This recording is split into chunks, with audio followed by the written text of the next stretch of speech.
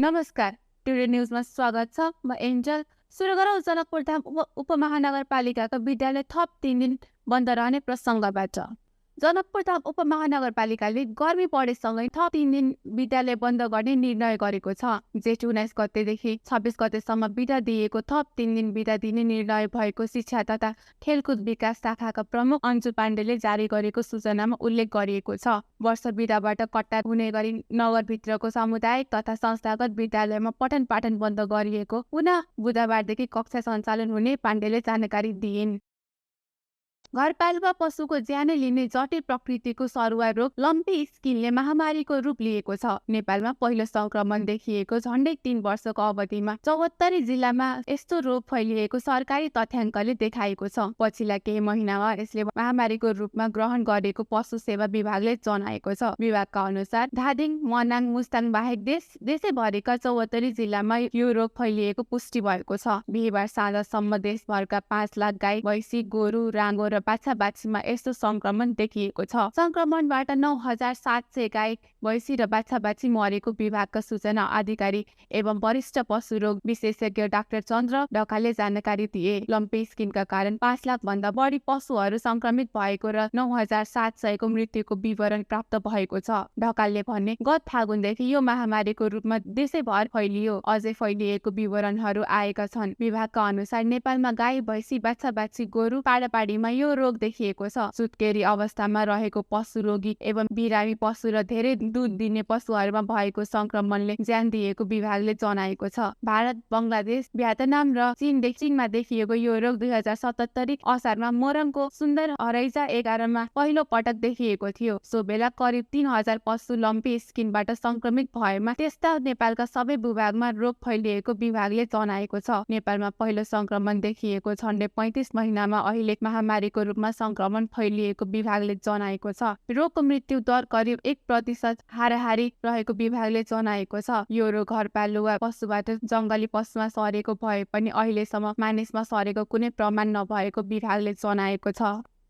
नागरिकता विधेयक कार्यान्वयनको माग गर्दै तराई मधेसमा नागरिकता विहीनहरू आन्दोलित रहँदा राष्ट्रपति रामचन्द्र पौडेलबाट प्रमाणीकरण भएको नागरिकता विधेयकको कपी मगाउन सर्वोच्च अदालतले आदेश दिएको छ। शुक्रबार न्यायाधीश द्वय प्रकाश मानसिंह राउत र सुषमलता माथेमाको संयुक्त इजलासले प्रमाणीकरणको कपी मगाउने आदेश दिएको छ। सर्वोच्चले राष्ट्रपतिबाट भएको प्रमाणीकरणको कपी मगाउने र अन्तरिम आदेश दिनुपर्ने कि नपर्ने भन्ने सम्बन्धमा छलफलका लागि जेठ 30 गते मङ्गलबारको तोक्ने आदेश दिएको छ। राष्ट्रपति रामचन्द्र पौडेलबाट भएको नागरिकता विधेयक प्रमाणीकरण संविधानको भावना र मर्म विपरीत भएको भन्दै वरिष्ठ अधिवक्ता सुरेन्द्र भण्डारी र अधिवक्ता बालकृष्ण न्यौपानेले सर्वोच्चले कार्यान्वयन नगर्ने भन्दै रिट दर्ता गराएको थिए। जेठ 19 गते दर्ता भएको उक्त रिटमाथि जेठ 21 गते न्यायाधीश मनोज कुमार शर्माको एकल इजलासले अल्पकालीन अन्तरिम आदेश जारी गर्दै उक्त ऐन कार्यान्वयन नगराउन भनेको थियो। साथै अन्तरिम आदेशको निरन्तरताका लागि सबै पक्षलाई छलफलमा बोलाएको थियो। रिट निवेदकहरूले निष्क्रिय भइसकेको विधेयक राष्ट्रपतिले प्रमाणीकरण गरेको भन्दै उक्त कार्य संविधान विपरीत भएको जिकिर गरेका छन्। मधेसमा लाखौं युवाहरू नागरिकता नपाएर उच्च शिक्षा हासिल गर्न सकेका छैनन् भने वृद्ध पेन्सन पाउने उमेर कटिसकेकाहरूको समेत नागरिक विहीनताको अवस्था छ। नागरिकता विधेयक प्रमाणीकरण गराउनका लागि मधेसवादी दलहरू विगत लामो समयदेखि आन्दोलित थिए। नेकपा एमालेका अध्यक्ष केपी शर्मा ओली प्रधानमन्त्री हुँदा अध्यादेश मार्फत नै प्रमाणीकरणका लागि राष्ट्रपति समक्ष पेश गरेको थियो। त्यति बेला पनि सर्वोच्च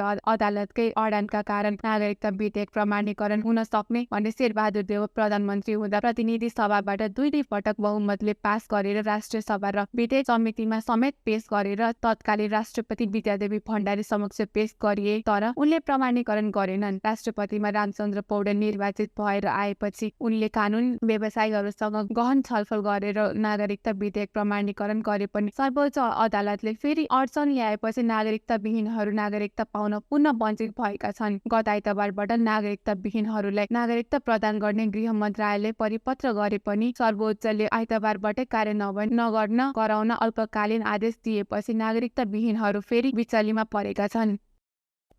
मधेस स्वास्थ्य विज्ञान प्रतिष्ठानका उपकुलपति डाक्टर रामकेवल शाहप्रति मध्य प्रदेशका मुख्यमन्त्री सहित विशिष्ट व्यक्तिहरूले श्रद्धाञ्जली अर्पण गरेका छन्। क्यान्सर रोगको उपचारको क्रममा 69 वर्षीय डाक्टर शाहको भारतको एनसीआरमा पर्ने गुडगाउँ स्थित नारायण अस्पतालमा उपचारकै क्रममा बिहिबार बिहान 3 बजे निधन भएको थियो। भारतबाट डाक्टर शाहको पार्थिव शरीरलाई जनकपुर धाम ल्याई प्रतिष्ठानको प्राङ्गणमा राखिएको थियो। त्यहाँ मध्य प्रदेशका मुख्यमन्त्री सरोज कुमार यादव, जसपा अध्यक्ष उपेन्द्र यादव, नेकपा माओवादी केन्द्रका नेता मातृका प्रसाद यादव, मध्य सरकारका मन्त्री वीरेन्द्र सिंह एवं सुरिता शाह, सञ्जय यादव, जनकपुर धाम उपमहानगरपालिकाका मेयर मनोज कुमार शाह, पूर्व मेयर लाल किशोर शाह, सबै प्रमुख कालीराम यादव, पूर्व सांसद प्रमोद शाह, एमाले नेता शिवशंकर शाह हिरा, जसपा नेता बलराम महतो, समाजसेवी इन्जिनियर सत्यनारायण शाह, वरिष्ठ चिकित्सक हुकुमदेव शाह, वरिष्ठ चिकित्सक तथा स्वर्गीय शाहका सहयात्रीहरू, प्रतिष्ठान र प्रादेशिक अस्पतालका पदाधिकारी, चिकित्सक, नर्स तथा कर्मचारीहरू सहित जनकपुर धामका अगुवाले डाक्टर शाहको पार्थिव शरीरमा पुष्प अर्पण सहित श्रद्धाञ्जली व्यक्त गरेका थिए। करिब 2 दशकदेखि मधेसको मुद्दा र मधेस आन्दोलनको पक्षमा थिङ्क ट्याङ्कका रूपमा काम गर्दै प्रथम मधेस सरकार बनेपछि मधेसको स्वास्थ्य क्षेत्रको विकासका लागि मधेस सरकारको स्वास्थ्य सल्लाहकार हुँदै प्रतिष्ठानको उपकुलपति बनेर सेवा गरिरहेको डाक्टर शाहको निधन मधेस शोकाकुल छ। मधेस मुद्दाका अगुवाले उनको निधनमा शोक व्यक्त गरिरहेका छन्। केही समयका कलेजो सम्बन्धी रोगको कारण स्वास्थ्य स्थिति गम्भीर भएपछि डाक्टर शाहलाई उपचारका लागि भारत लगिएको थियो। नेपाल मेडिकल कलेजमा लामो समय अध्यापन गरेको प्राध्यापक डाक्टर शाह सेवानिवृत्त